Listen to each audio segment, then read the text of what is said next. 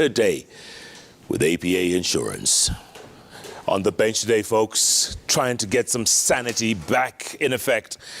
Former Member of Parliament for Runyenjes, Njeru Kathangu is in the house. Right next to him, former Minister Musikari Kombo. And right next to him, former Member of Parliament Gatundu North, Patrick Muiruri. An Assistant Minister for Agriculture. Oh, hello. There we go. Assistant Minister Agriculture. Yes. Did you serve together? Do you at the same time? Yes. Ah, fantastic. So let me start with you, Waziri. The events of the last couple of weeks. Your thoughts, what do you think? Very bad. During our times, we were 210 members of parliament. Within us, there were cabinet ministers, assistant ministers, and the members of parliament. We were always talking. We talked. We interacted. There were different parties. There was KANU itself, as the government, Democratic Party, SDP, Ford Kenya, Safina. There were many of them, just like now. But we were always talking. What angers me now is that these people are not talking. And when they talk, is chest thumping, kujivuna, kutisha wengine. This is not leadership. It isn't leadership. People must always talk. Leaders must always talk. De Klerk himself in South Africa had Mandela in prison for 27 years. Yeah. They talked. What is this that Raila cannot talk directly to President Ruto? Ruto has not been in prison for 27 years like by vice versa. They must talk. There are hardliners who don't want them to talk. When people are not talking, Jeff, even at your home, what happens? Things go wrong. So personally, I don't like what is going on. Yeah, It's high time that President Ruto and the Raila sat down. They have massive followers. 6 million people voted for President Ruto. 5.8 million people voted for Raila, according to what we are told by IEBC. Right or wrong, although it's disputed. But there are 8 million other people who did not vote. So the country is divided, and the country must go back together. This term chasing and the rest of it, and the mass action, destruction of properties and violence and so forth, is going to lead us into a terrible situation. Do you agree, Waziri? Do you agree? Absolutely. Absolutely. I think Patrick has hit the nail on the head. The demonstrations, the maandamanos, and the polarized positions are not helping this country at all. Of course, people will say constitutionally we are allowed to demonstrate. But let it be, if it's not peaceful. Jeff, those fellows that have died because of these fracases, if you woke them up today and asked, what would you prefer, death or unga, cheap unga, death or cheap petrol? They will tell you, I prefer to be alive and not to be dead. Yeah? Yeah. So whatever we are doing, and these deaths are coming about because of the polarized positions that the leaders have taken. As Patrick said, if you do not talk to each other, you get nowhere. Yeah. And every person, a leader in the home or wherever you are, you must be prepared to say, hold on, what is the other person saying? Can I listen? Can we talk? And when you talk, you do find solutions to our problems. Mheshimiwa, let me ask you this. 7 months after the elections, 7 months, we haven't been able to move on. Yes. What is wrong with us? What is wrong is this, Jeff, that our country has not appreciated the word government. Government has three arms. And these three arms, one of them is parliament. And the parliament is made up of the opposition and those that have formed the government. What that means is this, that each one member in that parliament has responsibility and obligation to make sure that they mobilize society for unity and peace. Each one of them. When it comes to all the political parties in that parliament, they are supposed to consult each other, discuss issues about even their manifestos, that we believed that this cup should be shared in this manner. The other one says no, until they reach some agreement. In this country, when people have been elected, they think they take all, and that they are the almighties, and therefore none other should have or share a voice with them. It is wrong. So for 7 months, that has been maintained, and therefore we cannot reach or achieve anything. What I wonder is this. Don't we see we have come a long way? We were all there. You know, and when we are looking at the two sides, that is the opposition parties and the government party, is that we have been there. They have seen the pain that we went through for so many years. They cannot repeat that and tell us to go back again to where we came from. We went for mass action and demonstrations to have constitutional changes here, and they were there. They cannot come again and refuse to give Kenyans what they want. You know, Jeff, we have got 45 communities in this country. And those communities are all not participating in whatever is happening today. Those that are participating are about 6 tribes in Kenya. You know, these tribes in Kenya, the 6 tribes have got about 15 million people. We have 50 million men, and we cannot be exposed to violence and conflicts and hatred simply because 2 people do not agree. And what I am asking my brother Raila and our friend Ruto is to appreciate that the whole country is watching their lips. We are looking at your body language, and whatever your body language says is what your followers do.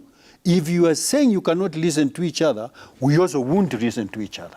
We cannot achieve anything here. And therefore, you need to meet purposely to talk about how does your country get united, how does your country achieve economic development, how does your country achieve peace. Then you can come back and tell us who disagreed. Then we can deal with him.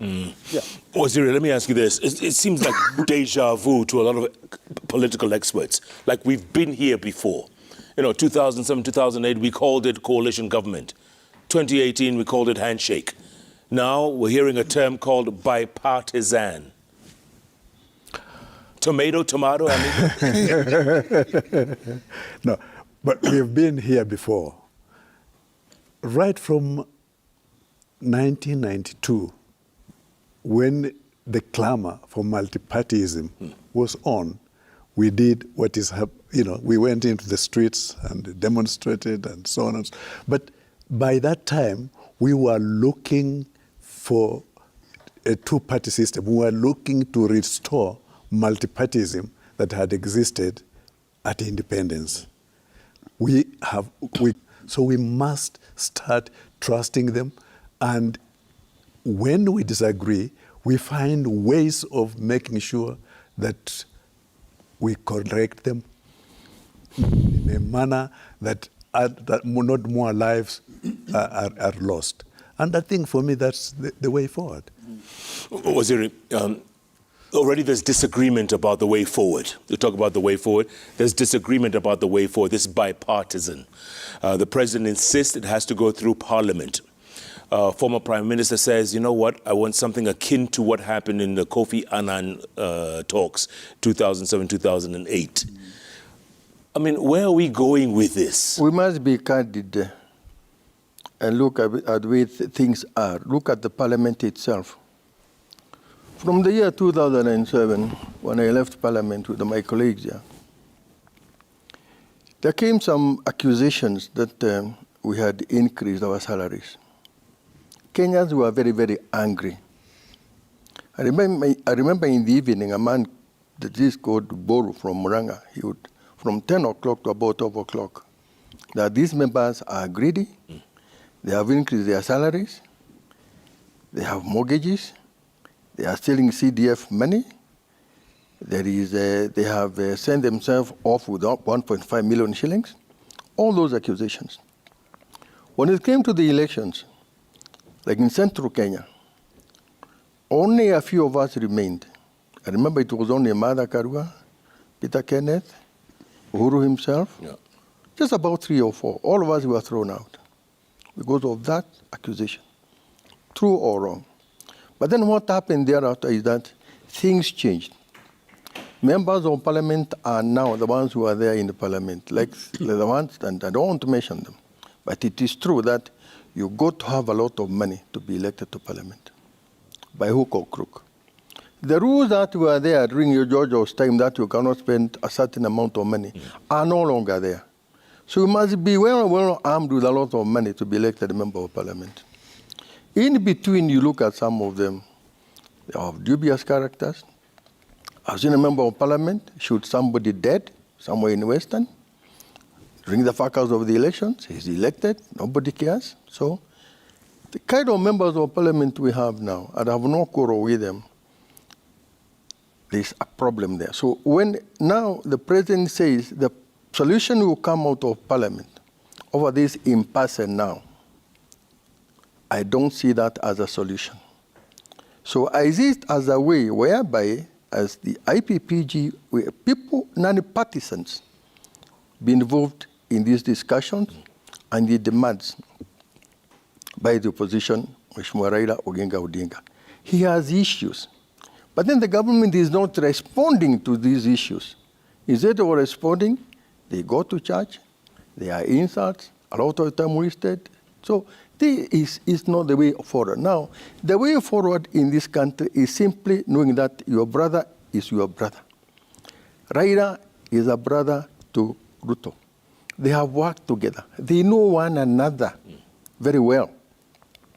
During Kibaki's time, President Kibaki, who we highly respect, Kibaki would summon all members of parliament, irrespective of the party you belong.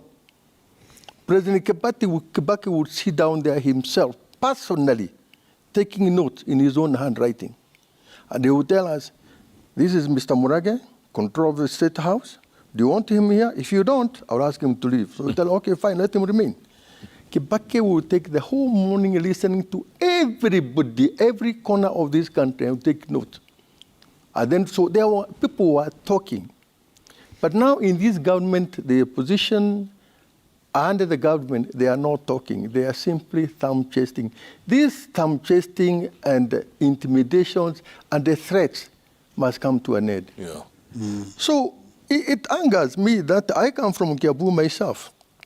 Some of these people are my younger brothers, and I like them, because like Ishongwa, I respect him, because Ishongwa will pick up my phone and we talk.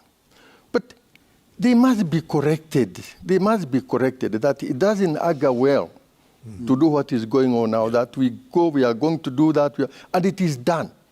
See, I will come like now the Mamagina's farm, because I come from Gatono myself, and I know Kenyatta family. Yeah. I know every property is registered under Mamagina Kenyatta, including that farm. When you have some people doing what you already knew and is now public domain, that people are hired, given by machete, and then they go and do all that damage that you saw, they have no. There's also another offense called cruelty to animals. You see the way those goats were dragged, and all that painful to animals themselves. Then we wonder all this. And there is the police station there. They don't keep off. Never, Jeff, have we ever seen the police just watch a crime being committed. Correct. And they watch and it happens, and somebody gets away with it. So the police should be totally neutral. Even these demonstrations, and we have had them before ourselves. We conducted demonstrations. It was done without supervision. But we were careful not to damage people's properties and the rest of it. But now, even now, the damages were, the demonstrations earlier on were very peaceful. Absolutely. Until the police came in. The moment you bring in the police with these demonstrations, and the people want to pass this road, the police say no. They are tear guys and the rest. So it's promoting things are not right. The police should keep off from these demonstrations. But the most important thing, Jeff, is for these two people, these two leaders, the president himself and the rider to sit down. This petition, the problem will come out from Parliament. I don't see it happening. Because those people in Parliament, we know them, and we have seen them, we have heard them, we hear what they are saying, there is no what. And you came up with something about Nusumukate and the rest of it, 2007, yeah. They said Nusumukate, but it brought peace. That's the most important thing. Even this other one, handshake, it brought peace. Even now, there must be peace. And this peace is going to come from these two leaders. If it is left to their own, these hardliners and so forth, it's not going to work. I was about to say that, Mheshimiwa, the hardliners, they seem to be the problem. Yes, and I wanted to say something else about what Patrick is saying. You see, we have consistently been taking away authority from various sectors in this society. Right. One, we have taken authority from the elders. So that you find that the people we call the cultural leaders or the traditional leaders have been kind of silenced. And they are silenced in a very tactical manner.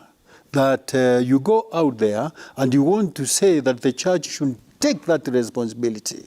Now, the church cannot perform that. It cannot be the Church of Christ or Mohammedan organization. And you are telling them again to supervise traditions and customs. They cannot. Number two is that you cannot take elders' responsibility to give it to a ward representative. It is not possible. And therefore, at this particular point in time, when we know that these two are quarreling, it is the time for the elders from every corner in this country to come up. If we are talking about Western Province, the elders in Western Province should be able to provide some mature direction. Those that come from Mountain Kenya, the same, because none of us wants to be hurt. At the same time, it is possible, Jeff, that there could be a conspiracy here. And you never know where the conspiracy is engineered or developed.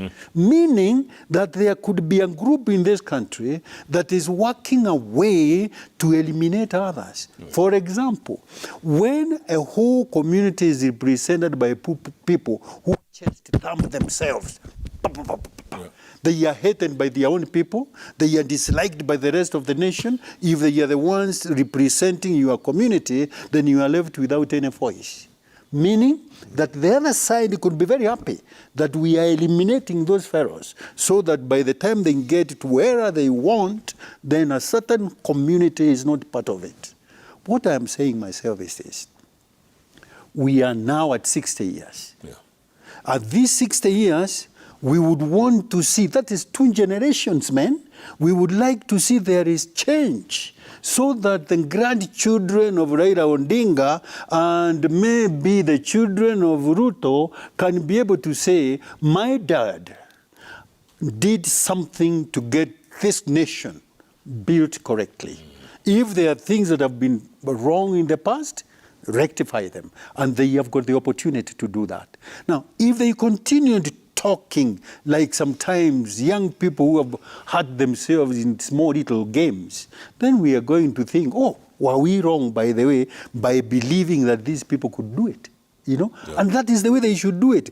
Put a mirror in your bedroom and in your corridors. Look at yourself as you walk out to the nation and ask yourself this question: what is this figure going to be doing to this country today? Don't walk out to war and fight because you provoke me and I will still be thinking about your friends on the street and we start fighting. Absolutely. Number one, and I stop there. Yeah. And the thing is here, when you are talking about by partnership, what I think is happening is that the president would not want to escalate the discussions from the ODM, UDA to others, for whatever reason he has. Then if that is the case, let him himself and Raila, if they have not set to start talking, then Raila, Ruto talk. They agree or don't agree on something. Let them fall to their lieutenants. Let them talk. And after that, expand it to us so that we know that you have laid the ground, you have laid the foundation, but don't throw words at each other because they make no sense at all. Absolutely. Yeah. Waziri, you were talking about 1992. Takes me back, when Section 2A was repealed and you guys were on the ground. 31 years later. Have we moved on? Have we improved? Have we developed? Jeff, we have a major problem in this country. We do not have a nation called Kenya. And that's why we talk of Kikuyu nation, Luya nation, Luo nation, that nation.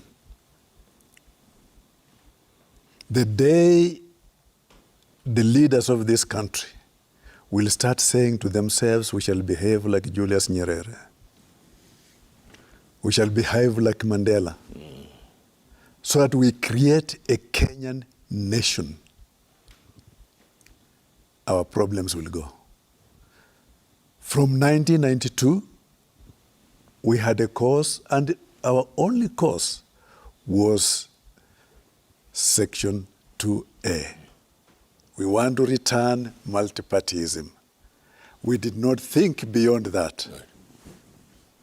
Once we got our multipartyism, we retreated into our little nations. Cocoons. Cocoons or Yes. whatever, little nations. Yes. Because when we started in 1992, Matiba, Masinde Mliro, Jaramogi, Bamaris, they were thinking as Kenyans.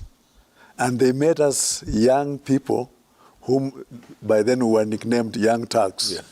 Yeah. We were carrying briefcases for these old men. We also started thinking as a nation. But once we got Section 2A, we retreated because we did not see beyond that. In fact, as soon as Section 2A came, the Kikuyu nation wanted their president in Matiba. The Luo nation wanted their president in Jaramogi. The Luya nation wanted their president in Masinde, and so on and so forth, because we did not think beyond that. And therefore, the mistakes we made at that time are haunting us 31 years later. We are now still behaving as the little nations and not as a Kenyan nation. Yeah. When our leaders, and I think this crisis has given us an opportunity where Raila and Ruto can actually sit together like de Klerk and Mandela sat and say, can we resolve some of these issues so that we can create a Kenyan nation? Yeah. Sorry, before go on. Before maybe Patrick comes, because of this very important point, sir, is this, that 1992 was a very classic period that should be quoted here. That immediately after the elections, the next thing that happened was that the president and his government went out deliberately recruiting and paying members of parliament and the leaders of their parties to cross over to the KANU side. This has happened this year or last year, which must not be encouraged, that today we have got about 30 members of the Jubilee Party, members of parliament, crossing over to the other for whatever reason.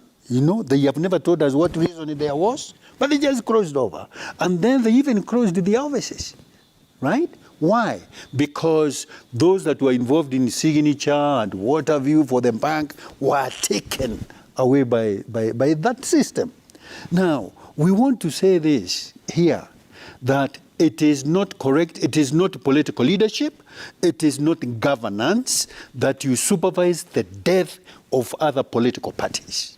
It is not fair to go buying a human being for them to cross over, because it demoralizes the rest of the communities and it creates a dishumanity in yourself who is doing it, because you are using Kenyan resources to buy Kenyans to your side. And that should be discouraged, not only by the government, by any political party that is recruiting, because that way you cannot build a democracy, number one. Number two is that you will observe that a lot of leaders have been to political parties, not a political party. From 1992, some of them have been to as many as 12 political parties. Others have formed political parties every electoral season, right? And they still say our political party is national. No, it is not national. It's very thin. Tribal. You know, it is so tribal that, and it makes you so simple, you know, to the minds of the world and Democrats, that you cannot be able to sustain an idea or an ideology. Kazi yako ni kurukaruka tu viunzi in politics. You know, it's terrible. It's nonsense. Nonsense. Mheshimiwa, Yep.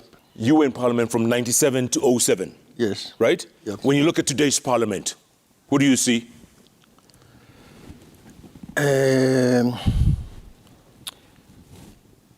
Be honest. I want to be very, very honest that during our times, we went through a very short time of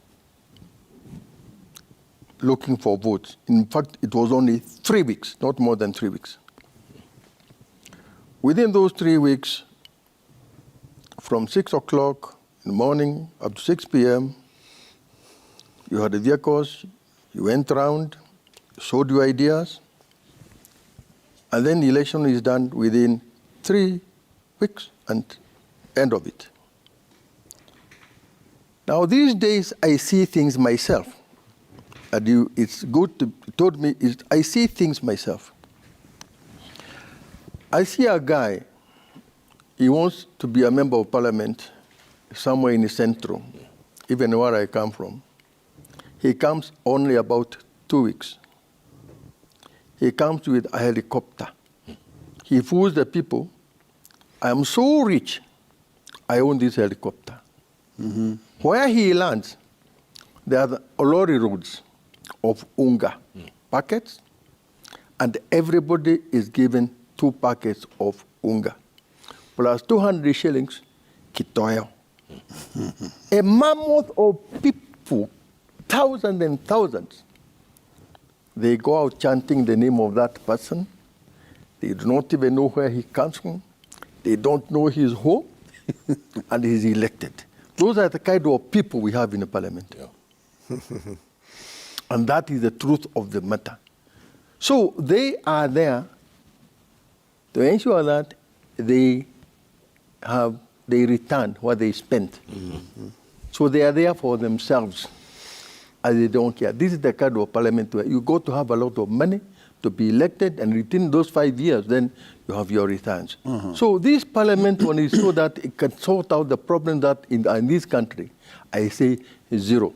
Why I'm saying that is that it is true that even 2007, 213, when Raila, the kind of problems we have now were not there. As Gadangu says, and everybody agrees, the price of food is very high. Education, a lot of children are out of school. Everything is gone up. The cost of living, the fuel, everything is gone up. There are problems, enormous problems in this country. When this government took over, they promised to get rid of all those problems within 100 days, and it's not working. So Raila comes and says, these things are not going well. People are listening, that things are not going well. And my fear is that the parliament is not coming out with any solution whatsoever. The government is not coming out with any solution. In return, it is thumb chasing. I laugh at, and we know things, that when someone stands up and says that, Uhuru is sponsoring demonstrations, Raida's demonstrations. I would like to tell them that Raida is a master of demonstrations. We started with him many years back. He was with Akena Matiba. It is an act of defiance that things are not going well. You go out to protest because you are angry, and this is the situation. So when somebody says that Raida is sponsoring, no, Uhuru is sponsoring Raida's demonstrations, there's a question I'd like to pose to that person. Raida had demonstrations against Uhuru. Who was sponsoring Raida then? Who was giving Raida money then? Is it Uhuru to say against him? So it all becomes ridiculous. Their answers are totally ridiculous. Now, people are likely to go back to the streets. And I'm sorry this is going to happen. I see it happening. And you know why? The government is not responding to people's needs. The problems out there with the people, they are not doing it. They are not listening. Yeah. Instead of doing that, it is counter-accusations, like the ones I'm talking about. Who responds to demonstrations? We are going to do that. We are going to do that. We are sons of Mau Maus. Jeff, I know your grandfather was a great, great freedom fighter. Yeah. It is in the record. Yes. Even during Mau Mau's times, most of the guns were in your grandfather's house. Correct. But the colonial government will not go there. They were afraid of your ex-Kenyan chief, Koinange. They were afraid. Correct. I have read that history myself, and I know it. As I grew up myself, my father was detained. And now I'm an old man. So the ones who are talking about Mau Mau, Jeff, I would like to tell you, and it is true, they do not even know what is Mau Mau. Wow. They don't know what is Mau Mau. So when they say they are sons of Mau Mau, and we are going to take somebody's land, Jomo Kenyatta himself was accused by the colonials of managing Mau Mau. He was a Mau Mau. Yet you want to take his land because we are... So why didn't your grandfather want to take land? You know, so it's ridiculous. So these people must wake up. And Ruto himself, Jeff, and these people, we will crush the media, we will do what, we will finish you, we are not afraid of you, we are hurt, you are what. How does it help the problem that in this country?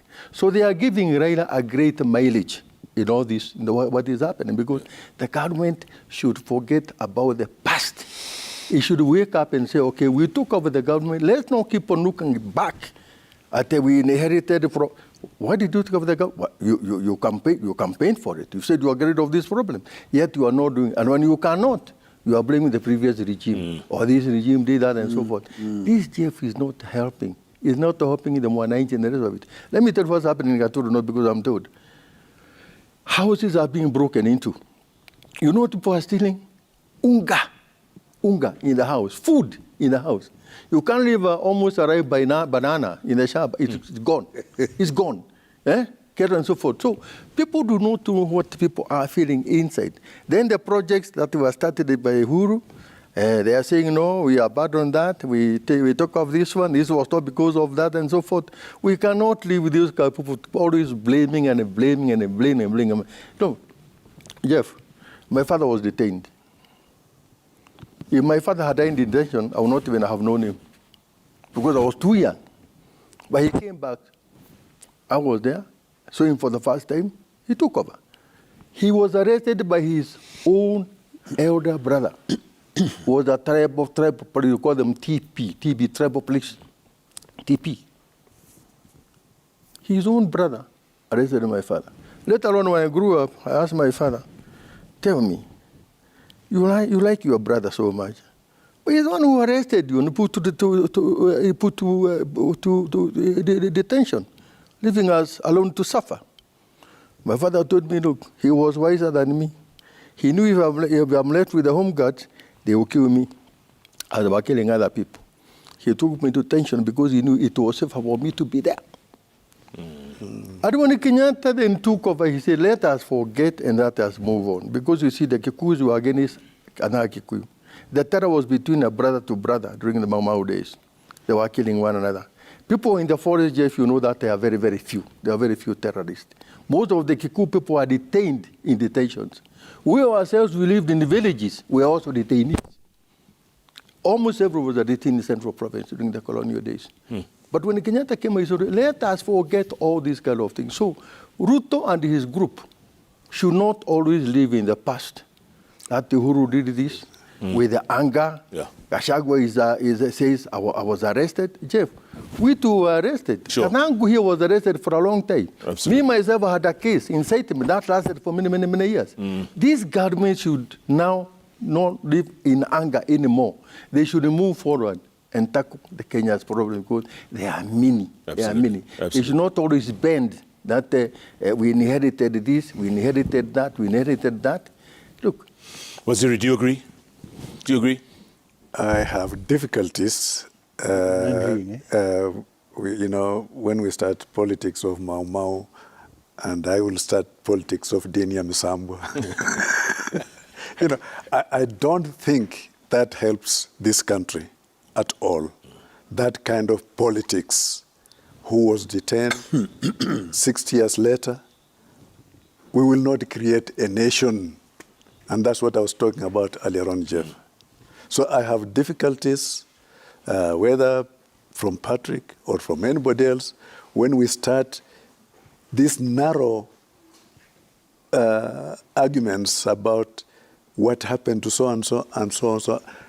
Please, let us talk about a country called Kenya. And let us say what is the solution, not to behave like we behaved with the Dinia Misambwa or you behaved with. We have a nation to create. Yeah. And time, we have wasted a lot of time. We have wasted 60 years. When we got independence, we had Nyerere, our next door neighbor, who took a certain route. And we had Jomo Kenyatta, who took another route. The Jomo Kenyatta route did not give us a nation called Kenya. The Nyerere route gave Tanzanians a nation. And we have lost 60 years. And Kadang said earlier on, maybe elders in this country, maybe we should look for ourselves from all over Kenya, wherever we are, those who think we are can call themselves elders, and we get together and seriously discuss what makes this nation sick. Absolutely. Because if we just take the political line alone, it is self-interest all the time. And therefore, there will be nobody worrying about Kenyan nation. And that's my problem. Yeah. It's only this, Jeff, that I have heard what Patrick said and what Muskari is saying. Both of them, I think, are correct. Because what Patrick is saying is that people should not come here to tell us they were Mau Maus. Because when you tell me you are Mau Mau, and I remember I was, and my father was, and I have served so much in prison, it kind of provokes me, to react to whatever you are saying. And one time before they broke into that farm, before the farm was attacked, that same weekend, they said, look, sisi watatu ni watu wa Mau Mau, na watatuona. That's what I'm saying. That should be discouraged in this country. And then the other point that I think he is bringing in, which I think is important, is that governments are perpetual, so that the colonial government in 1920 is as responsible as Kenyatta's government was in 1965. And Moi's government is just as responsible for whatever has been happening in Kenya, just like both Kenyatta and so forth and so forth and so forth. Now that this government has been elected, they must agree that whatever problem that has been caused by past governments, they have opportunity now. They can change. They can rectify. But they cannot get out there and winning that, isipokuwa ni fulani. No. You have got the authorities, you have got the tools, you have got the implements. Use them and change the status. That, I think, is what Patrick is saying. But also, I believe in this, that every community in this country is an established family. so that when we go to Western Province, we are taking the Luhya community as one, and they are able to say, our sons and daughters are so and so, represent us in this and that manner. Don't go there causing trouble. In the mountain Kenya region, which has been devastated, by the way, and I dare say this, it appears like the non-Mount Kenyan communities are very happy when Mountain Kenya community has no voice. You know, I don't support the tribes and the ethnic groupings, but I have to remember every time that I belong to my mother, and my mother has got relatives, and if they are under attack, surely I should come and say, look, hey, don't touch my mother, don't touch my aunties, don't touch my community, and so forth. Now that I have seen the direction that the Kenyan communities are taking to try to isolate Mount Kenya, to try to zimmer their voices, to try to make sure that their leaders are nonsense and meaningless, then I'm also provoked again to say, no. I cannot get to a point where you vanquish my communities and think that therefore I'm following a good group. No, I have got to go out there and save them. And then the next thing that I want to advise is this, Muskari Kombo. If you people want a country that is going to be proclaiming unity, then we must have the elders we are talking about. For example, I said earlier that we have got about 200 retired members of parliament. Where are they? Does Kenya care about where they are? They are leaders of the past and they are their own following. They have a history and a legacy. What is it that stops this government or anybody else to say, let these people come together and give us some thought about why we are quarreling here and how we can finish it? In fact, tonight I think it is important because here we have got Kombo, who was our minister. We have got Patrick, who was our assistant minister. Why can't we start it even here and say, next meeting after the Easter will be for the former members of parliament to come and talk about the state of the nation, you know. Absolutely. And from there, we can get a few leaders from every cultural grouping. That is the Meru, Njorinjeke, the Gikuyu, Kiama, and so forth and so forth and so forth. Three people, to join these elders and say, look, this is what resolve we think we should have. Now we have Kombo and we have so and so. So go and see the president, and you go and see Raila Odinga, and then after that, let's have that meeting. Waziri, the onus is on you. It's on you. He's just nailed it. But I've just proposed. He's just proposed. Yes. I think I said earlier on, it's a very, very good proposal. And I honestly, but before I go there, let me talk about this invasion of the Uhuru Shamba. Northlands, yeah. Yeah. I was very angry myself. Not because I come from Mount Kenya, but as a man who still believes that we have a country which we can actually, it has a constitution, and within our constitution, a title deed is sacrosanct, is absolutely recognized. And therefore, because Uhuru's family has got that title deed, don't tamper with it at all. And I can tell you here, I did phone a number of leaders on that issue and say, this cannot happen. This cannot happen. I'm not going to name them, but a number of them said, you are right. It cannot happen.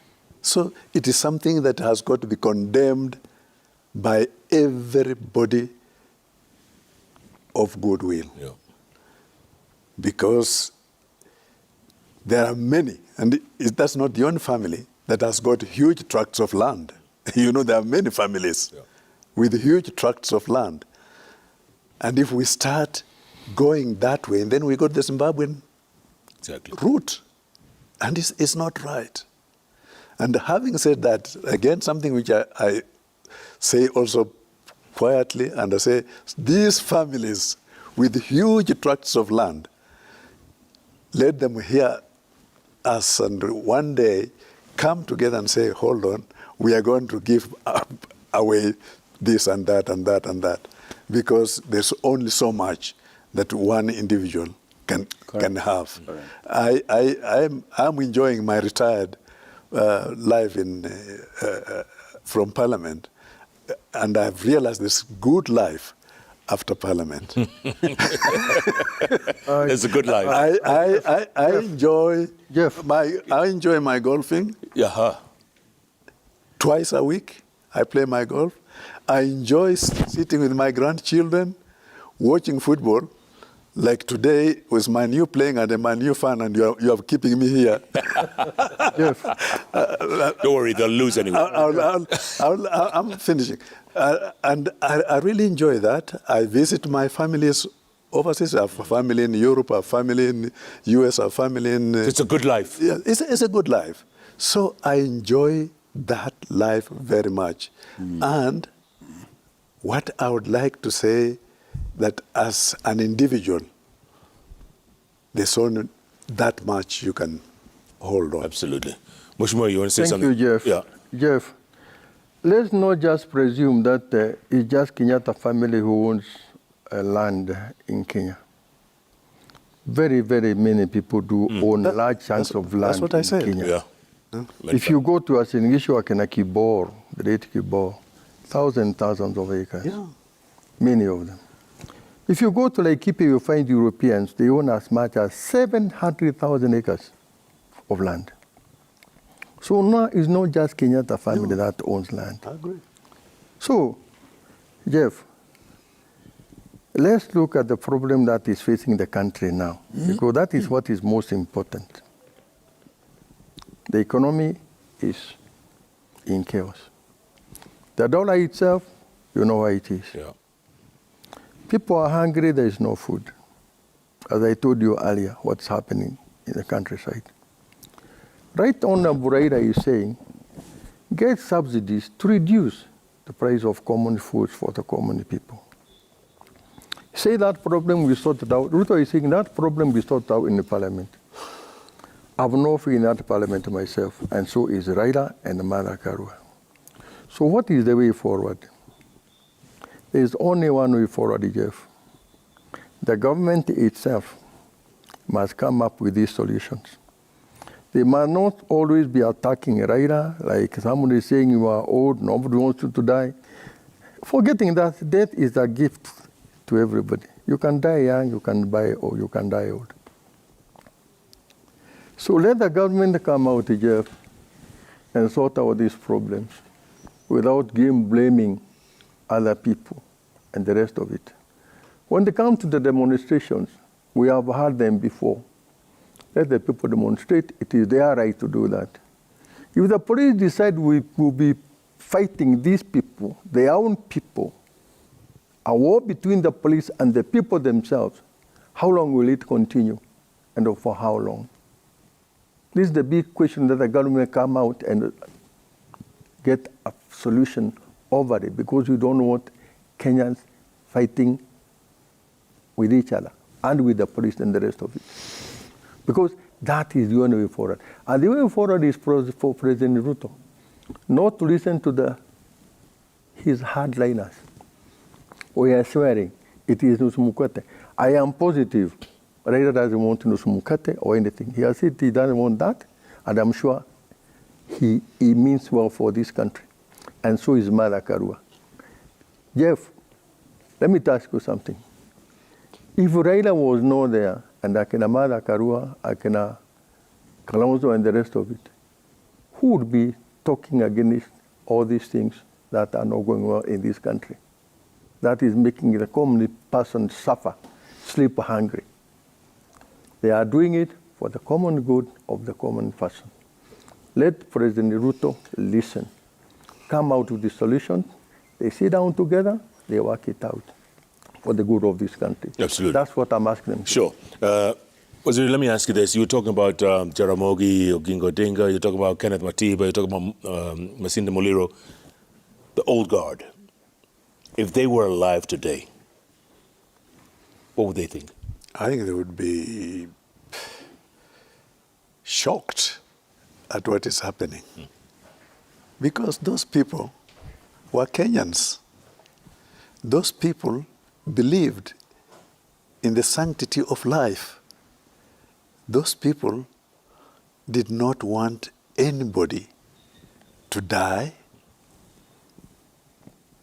And those people were ready and willing to talk to each other.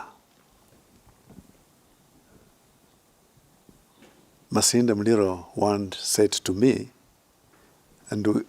or to us, the young men around him, although Moi is behaving this way, I am going to find a way to talk to him. In other words, it was not enmity.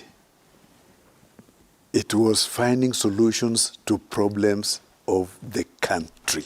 And that's what those old men, if they lived today, if they were here today, they would be saying to us, young men, can you find a solution to these problems? Yeah. Can you talk to each other? Don't take hard lines, go into the trenches, because the minute you go into the trenches, then you are saying, let us fight.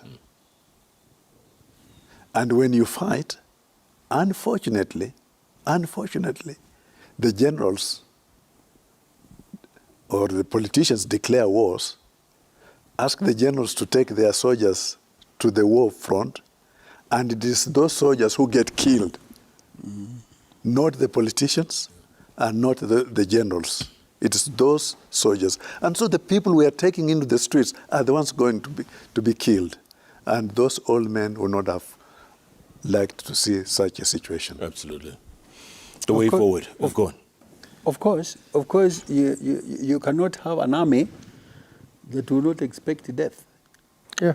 And number two, it will be very difficult, extremely difficult, to be a character that can sacrifice for your people without thinking about your own life and losing it. How many of these politicians are willing to give up their lives? There is Zero. no politician that wants to give up life because they are selfish, they are greedy, and they don't see anything else on earth other than themselves. Yeah. In fact, one thing that I am very worried about is when people think about food, you know, the fellow that goes and pays 5,000 shillings a plate, and the fellow that goes and eats 150 a plate are eating the same thing. One potato, one tomato, some few peas, one carrot, and so forth, 200 bob. But the other one is paying 5,000. If we want justice in this thing, somebody somewhere has to sacrifice to bring that down. Yeah. But there is something I want to say, Jeff, that a country or society is predicated on hope.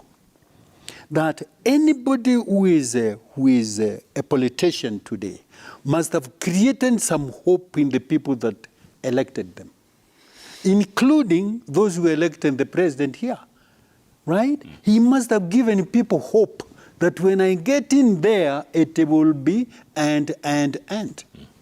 Where has that tactic gone? You need to keep people's hope alive. That is said by Jesse Jackson. He said, although I have lost the nomination to this man, but all my followers keep hope alive. And I would like to hear Ruto say that to Kenyans. For you to keep hope alive, I would like you to, one of the things is that we are going to be talking and dialoguing on this issue with the parliament and the elders. Number two, because he is not preserve of intelligence. No, there are people that can share with him some little ideas. Yeah. And out of that, he gets solution. So what I am saying is this, that Ruto has got a big opportunity. First of all, you're still a young man.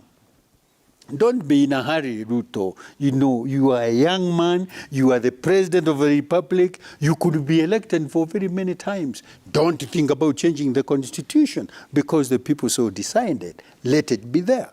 And some of the people talking to you, and we can see and we can hear them. They are saying, change the constitution so that we can. No. Constitutions have been changed. People became violent. And in the end, a lot of Kenyans died for no reason. Let it not happen now. And lastly is this. What is it that Raila is asking that you can't do? Yeah. Actually, what is it that we are asking that cannot be done? Even me, if I said I want this and that, if you can do it, do it. You know, that bring the unga down. Oh. Whatever, how, that you can talk to him also, give him an idea, you know, bring the unga down. How? And one of the ways to bring the unga down is this. Let him talk. Why do you want, my friend, why do you want to give members of parliament extra money for CDF when the country is killing itself with bandits, when the country is dying of hunger, when the country cannot be able to go to hospitals? And so forth, and you want to give members of parliament extra money to go and squander it there simply because of 2027. That money should have been given to the Unga people for subsidies. Secondly, you have appointed the CASs. Nobody told him to appoint them. We did not go demonstrating for the CAS to be employed, and he has employed multimillionaires. Not even people to go and buy unga. It's people to go and pour it, you know, because they have got enough of it. And that is money for unga, you know. What we are saying is this, let's not squander ourselves, you know. I am here, Muskari Kombo, because I'm committed to that cause. I know you are also committed to that cause. But let us address the needs of our communities and society, so that in the end, we are actually putting the people into a life they can call sustainable life. And it is not asking too much. Is it correct, for example, to have 2 million young people following Raila's cars because they are available? There is nothing they are doing. If they had some little jobs, they will not be there. In fact, their presence is a projection of weakness for our government. You know, they should be asking ourselves, how do we put these people to work? And they will not be out there for demonstrations. And when they are working, we will not be looking for subsidies for unga. They won't be buying, right? And so there are so many ways we can do these things, but we cannot do it and make proposals at this interview and discussion, because there are other ways and methods that we can be able to have a complete discussion that can be digested by everybody and make sure that things are working. Absolutely. Yeah. Gentlemen, let me ask you real quick before we wind up. You were all elected in your various constituencies, right? Yes. The IEBC of your time, was it a problem as it has been the last 3-4 elections? It has always been. I'm telling you. Yeah. It has always been. Before that, the IBC was the PC, or the District Commission. Right, or DO. Or the DO. Yes. And that was, were the returning officers. Yeah. Today, I have a back problem because I was sitting in a counting hall. Masinda Mliro got 13,000 votes. His opponent got 3,000 votes. And the DC stood up and announced 13,000 to the opponent. And I jumped to get so angry. I just wanted to maybe kill somebody. Yes. But I fell down and my back. So these problems have existed all the time. And I personally think IBC, Kivuitu time, Hassan. Isaac Hassan, yeah. Isaac Hassan, and now Our friend, what is his name? Chebukati. We create them as the politicians.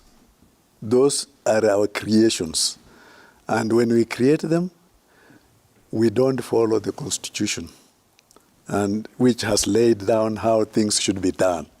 We don't do it because Kathangu wants his share of IEBC, Kombo wants his share of IEBC, and if he has a share, I have a share, it is not an independent body. No. It will always be a problem. Yeah. I don't think we need to add on that. But I can say myself that when I was elected, after the election, I had only 10 shillings in my pocket. 10 shillings. I had spent 90,000 only, and 26,000 was paid by my salary in Parliament because it was in debt.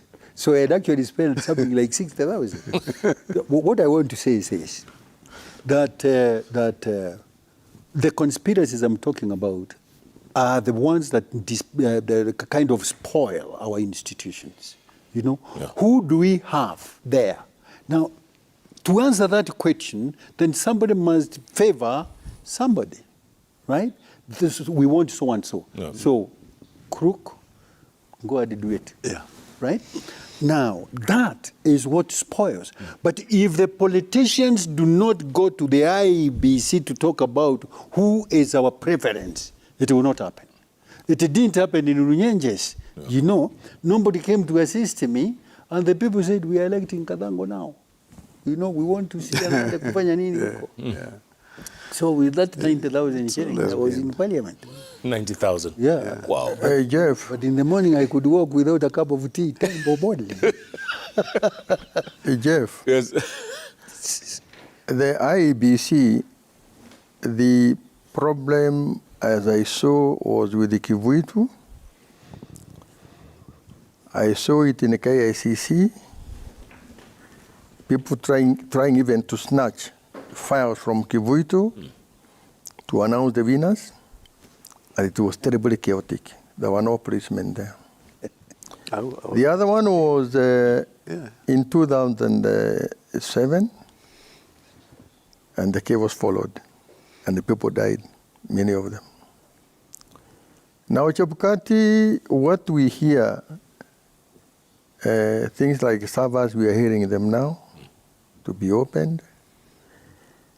The margin was too thin, 200,000. Voters of a constituency was the margin of that, the winning margin, only 200,000. So there's a question all the time. And then you hear some other kids disappeared somewhere and the rest of it. So there's a lot of questions about the last elections by Chebukati. Questions that are not even answerable. So there's a problem with IEBC.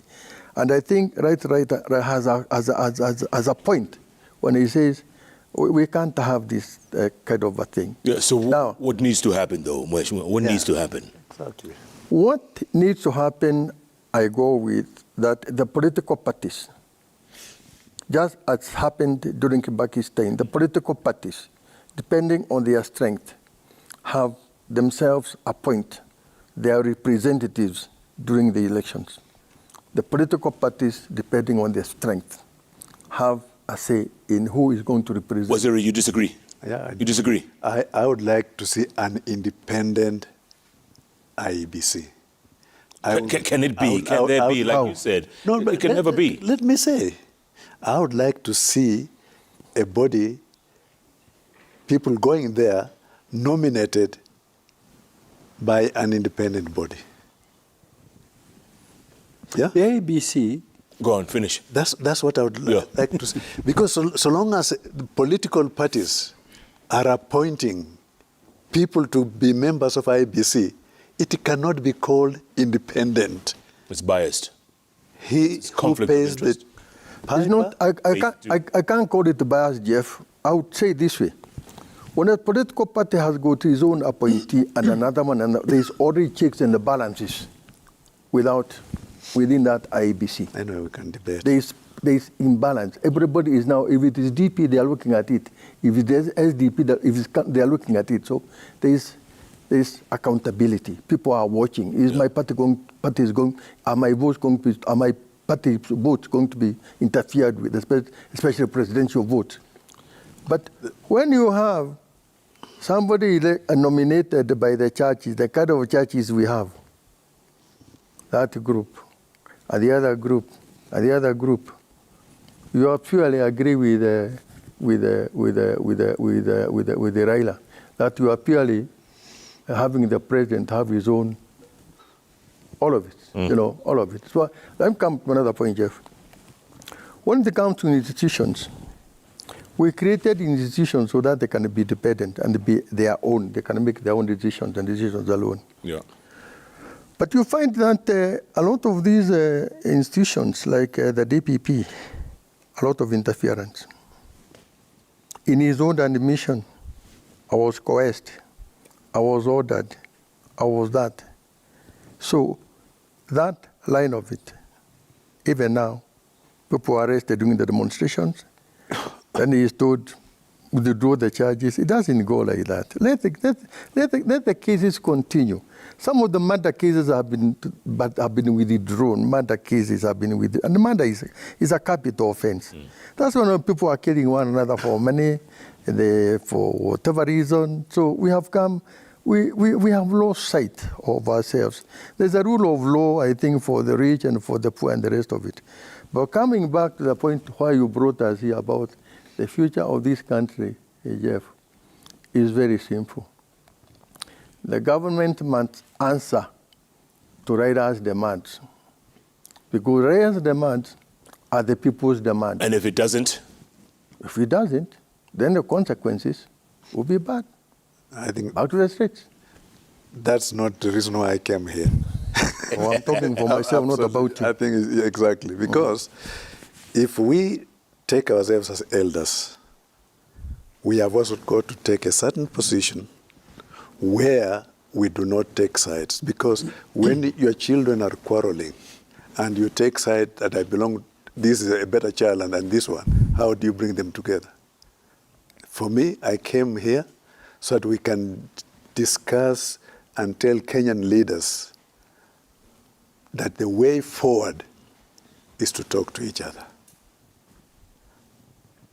The way forward, whether these demands are right or wrong, none of us can tell. I don't think, or at least in my position, I don't know what's right. But if they talk to each other, they will be able to understand who these demands and why it cannot be done, and so on and so forth. And that way you find a solution. Yep. That's why I came here. Absolutely. Yeah. Gentlemen, let's go to the magic wall. I'll give you a chance in a little short while. Okay. There's a lot of reactions coming from across the country, across the world. Let's get some reactions here on Twitter. Nyantika Chester says, Kenyan politics has heavily been monetized. And that partly explains why some Kenyans with dubious and funny traits find their way into leadership positions. Such wasn't much the case during the time of your trio of guests who served as MPs. You were saying 90,000 shillings. Yeah. Only. Right? Yeah. 90,000. Yeah. Today you can't tell where these people come from. Exactly. You can't tell. Yeah. So true. So true.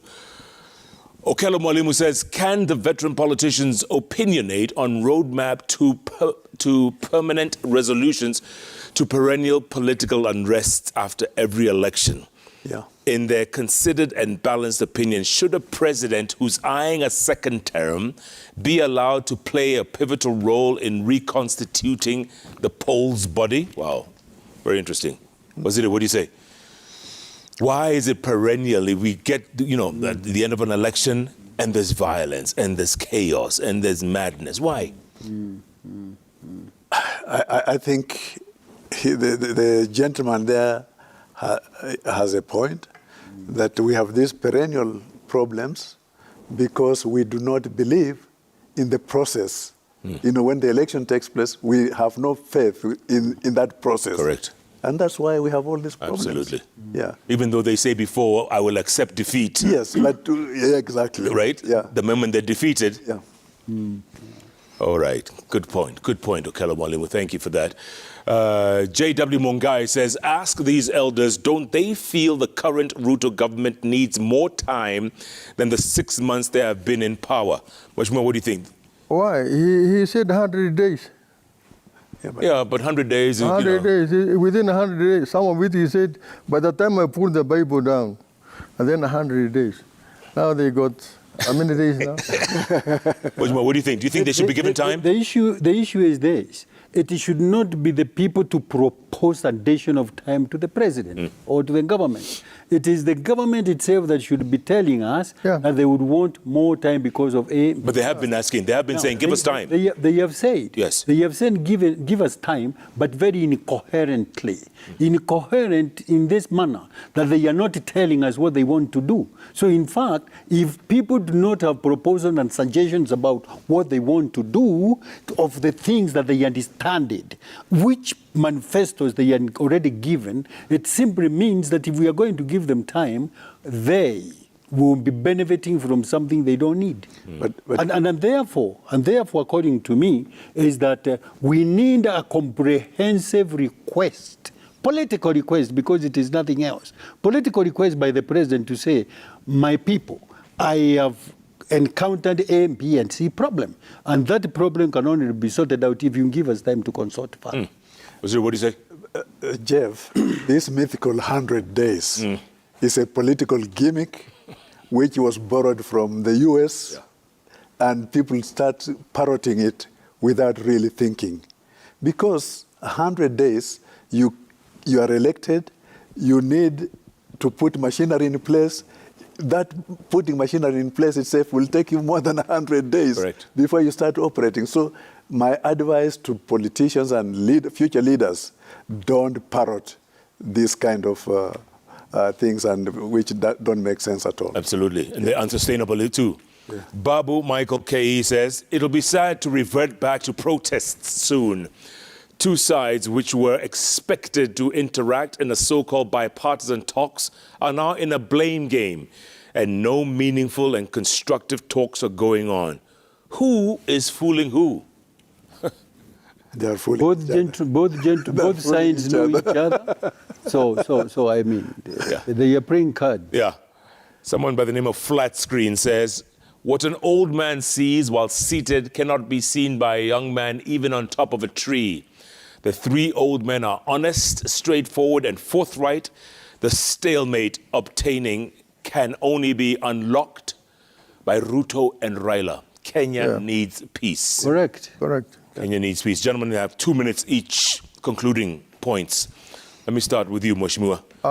Mururi, go ahead. I want to thank you, Jeff, for hosting us here. And last time I had interviews with you was some times back, when I lost my son. I remember, To the James Mururi, and I was terribly wounded, and I still mourn him. And I've been leading a quiet life. But that does not mean that we are not seeing what is happening in this country. And it is a very, very sad affair. I want to reiterate again that there are problems in this country. And I don't see the problems being sorted out in the parliament. Right now, Raila Odinga has a big, big following. Ruto is the president. With what is going on, as this man says, it is up to them to sit down and don't leave it to the hardliners of parliament to sort these problems out. Kenyans, Jeff, by nature are violent people. You can tell it from the colonial days. Even what is happening in some places like Pokot, Turkana, and so forth, Kenyans are violent people. And I have seen it myself during the demonstrations, and we are seeing it. So we don't want to get to a point whereby Kenyans will go back to the streets violently, because you cannot avoid the violence and the rest of it. So to save this country, Jeff, and I want to repeat again, that it is up to President Ruto himself to sit down with the Raila personally, how some people from outside the parliament, let Raila nominate his group, President Ruto nominate his group, they go to a place, they have all the time, and then they sort it out, these matters out. Otherwise, we might have anarchy in Kenya, because Kenyans by nature, Jeff, are violent. I've traveled. If you go to Tanzania, You don't fight people fighting. But in Kenya, on the streets of Nairobi, you see people fighting over small things, money, they even killing. So Kenyans are deadly animals kind of people. They must be tamed. That this situation, Jeff, is likely can bring bloodshed and can bring this country into terrible chaos. What happened in Uhuru's farm and the rest of it is that it can also extend. I was reading a paper here just before I came here that already there are some people in Naivasha who are invading large-scale farms. This kind of a situation can be terribly bad and must be avoided. Again, Jeff, our own people, especially leaders from our own community, when the kinds of words and the kinds of words that they utter, let them weigh their words and the consequences of what they are likely to be, because they are not careful during their threats when they are referring to other people or situations. Let them know that Kenyans, that is dangerous. It's dangerous and terribly dangerous. Absolutely. Let them cool down. Okay. You see, we have young people that I said like the leader in Kiabu now, Mheshimiwa Ishungwa, a young man I highly respect. And I like him. He will always pick up the phone and so forth. And he's now the leader of Kiabu, the leader of majority in parliament. He's got a great future, a great future. We'll be talking to him that his future, we don't want his future to be jeopardized because not just now, he's going to look at a bigger picture. And we'll be talking to him because I like him. He found me now when he came. So we'll be talking to them. So we as elders here, we have also a responsibility to talk to them. Because if you see somebody under you, somebody you have known, out of the way, talk to him. Absolutely. Talk to him. Yes. That's the way forward. Sure. Thank you, Jeff. Wazir, I'll leave you for the final word. Mheshimiwa, you go first. I think what basically we are saying as a group here is that we have an opportunity, one, for our leaders to appreciate that Kenyans have for a long time been deprived of their voice, deprived of economic empowerment, deprived, and every Kenyan understands what it means. Like I was saying, if you have got about 2 million people in Nairobi free and available for all the meetings that they call, the opposition calls, 1 million people are there. The government calls, 1 million people are there. It means that these people are not busy. And I think it is important today for the government to initiate programs that are going to relieve our young people of idleness. When they are not idle, then they cannot be called to participate in the things that we are talking about. Nevertheless, because of that deprivation, we must appreciate as leaders and elders that there is no way you can hold the anger, temper of a young person that has been denied and his family denied for so long. I have been in this city, Jeff, for a long time. I owned some few little businesses around some of the slums. And some young people would be told by their mother, sasa watoto wa mama yako watakula nini? And when you're asking a 16-year-old, 19-year-old that question, what the young man does, he picks a knife, goes to the nearest kiosk, and somebody coming to buy unga, anamdunga kisu. Anachukua ile pesa ako naye, he goes to the next kiosk and buys there. If that is the young person we are talking about today, then we have lost it.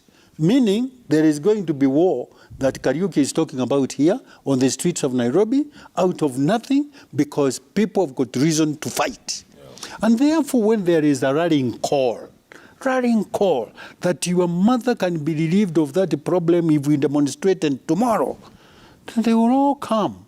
And that should worry the president and his government that instead of having that young man's problem addressed, na wewe unasimama kupiga kifua, mfanye hivyo munione. No, they don't care about it. There is nothing they will lose. Yeah. In fact, maybe they will land in comfort because death, I'm told, you never suffer after that. Wazir, you get the last word. Jeff, democracy is never perfect, but it is better than anarchy. Kenya has taken the route since 1992 of following the democratic process of multipartyism. We must respect it. We have taken the route of saying we shall have an independent judiciary. We may have issues with it, but we must respect it. We have said parliament. In fact, I and Ringo and this man, we fought very hard to make parliament independent because it was under the thumb of President Moi. And we succeeded in releasing parliament. When Kibaki was in power, parliament remained independent and fairly did its job. I think President Uhuru brought parliament back to his thumb. President Ruto is bringing parliament to his thumb. No, we must respect those institutions. As I said, democracy is not perfect, but it's better than anarchy. Number two, this country's crisis is something that people don't talk about often, which I have lived and talked about all my life, is corruption. Yep.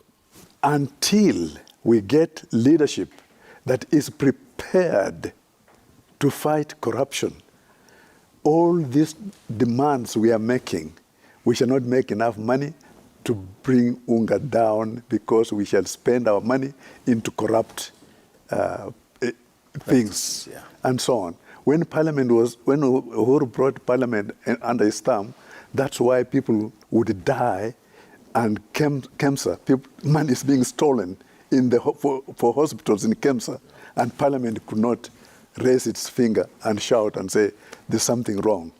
We must respect institutions, and we must fight corruption to the end. That kind of leadership is what will make Kenya strong. Leaders, Kenyan leaders, talk to each other. Absolutely. There's nothing better than facing each other face to face and talking. De Klerk and Mandela used to go what they call Bundesstraat, and they would talk to each other in the bush. So that what are our problems?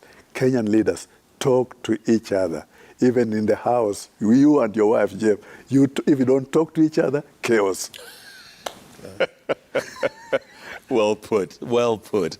Musikari Kombo, Jeru Kathangu, Patrick Mururi. Gentlemen, thank you so much for your time. Thank you. This has been valuable information, and I hope those who lead us are watching and listening.